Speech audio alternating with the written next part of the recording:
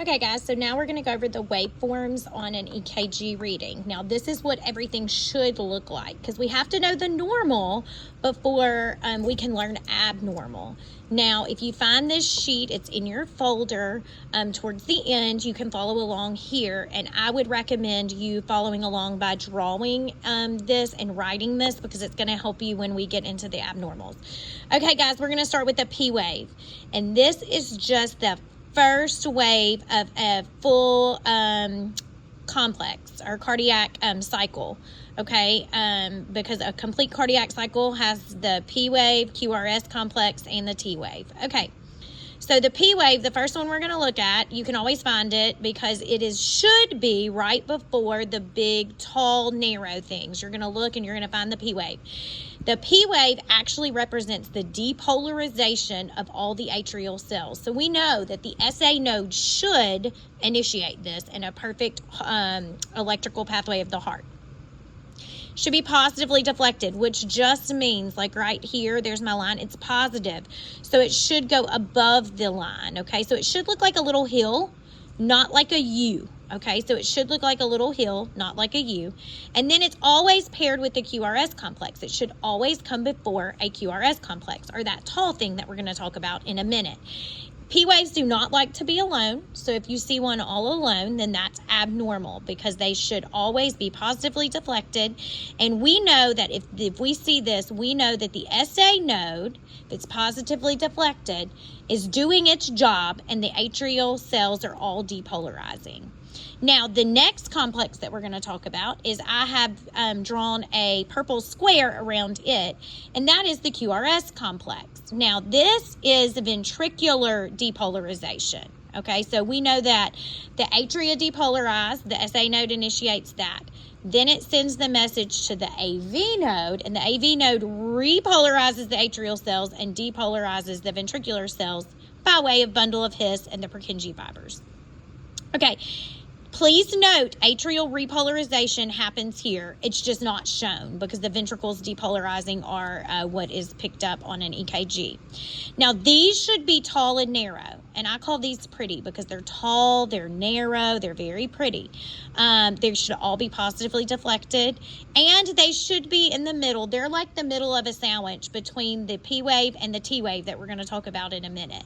Okay, so the QRS complex represent ventricular depolarization. Now, if it follows the normal pathway of the electrical pathway through the heart, you're going to have the SA node, then it goes to the AV node, then the bundle of His, then the Purkinje fibers. And that's what we'll see, the tall and narrow QRS, because that means that all of these are working. Now, as I told you when we were going over the electrical pathway through the heart, if the Purkinje fibers are in charge, you will not see it looking like this. So we know that the Purkinje fibers are not in charge in this rhythm strip because it's tall and narrow. And you have the Q, the R, and the S. Okay, QRS complex represents ventricular depolarization. Now we have the T wave, and here I've drawn a green triangle around it. I don't know if you can tell it's green on the video, but it is a green triangle around the T wave. Now, the T wave represents ventricular repolarization. So we actually see it depolarize, and then we see the ventricles repolarize, okay? This should be after every single QRS complex, and it should be positively deflected, which means we want it to be a nice little hill, not a U, okay? Now, so we have our P wave, our QRS, and our T wave, okay? So we know the P wave represents atrial depolarization.